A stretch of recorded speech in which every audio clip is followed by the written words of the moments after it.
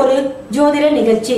இந்த நிகழ்ச்சியில் நாம் காண இருப்பது 2014 இருந்து 2017 வரை சனி பெயர்ச்சி பலன்களை பற்றி அறிய இருக்கிறோம். இதை கணித்து தந்தவர் ஸ்ரீ துர்காதேவி உபாசகர் வி.ஜி. கிருஷ்ணராவ். சிம்மராசி நேயர்களே, 2/11/2014 அன்று சனி பகவான் உங்கள் ராசிக்கு 4ஆம் இடத்தில், அதாவது விருச்சிகத்தில் வந்து அமர போகின்றார்.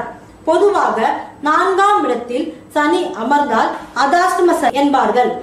அதாஷ்டம சனி நன்மை செய்யாது என்று கூறுவார்கள். அது உங்கள் ராசியை பொறுத்தவரை இந்த நேரத்தில் அவ்வளவு உண்மை இல்லை. காரணம், 5-8 குருவின் ஆதிக்கமான விசாக நட்சத்திரத்தில் வருவதால் அதாஷ்டமசாக இருந்தாலும் ஆனந்தத்தை அள்ளி கொடுக்க போகின்றார்.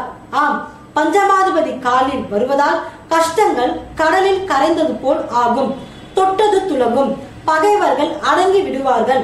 கடன் நோய் நொடி அறவே தீரும். பழைய வீடு புதிதாய் பொழிவு பெறும். கல்வி தடை நீங்கும். உத்தியோகம் சொந்த தொழில் அமைய செய்யும். உத்தியோகத்தில் இருப்பவர்களுக்கு இடமாற்றம் உண்டு. ஜென்மத்தையும் 6ஆம் இடத்தையும் 10ஆம் இடத்தையும் சனி பார்வை செய்வதால் தேவையற்ற கடன் வேண்டாம். யாரிடத்திலும் விரோதம் வளர்க்க வேண்டாம். அகலக்கால் வைக்க வேண்டாம். ஆடம்பரம் செய்ய வேண்டாம். சுகஸ்தான சனி பகவான் சுகமான வாழ்வை தருவார். உங்கள் ராசிக்கு சனி பெயர்ச்சி பரிகாரம்: சனிக்கிழமை தோறும் காக்கைக்கு எல் சாதம் வையுங்கள். சனீஸ்வர பகவானுக்கு எல் தீபம் ஏற்றி வணங்குங்கள்.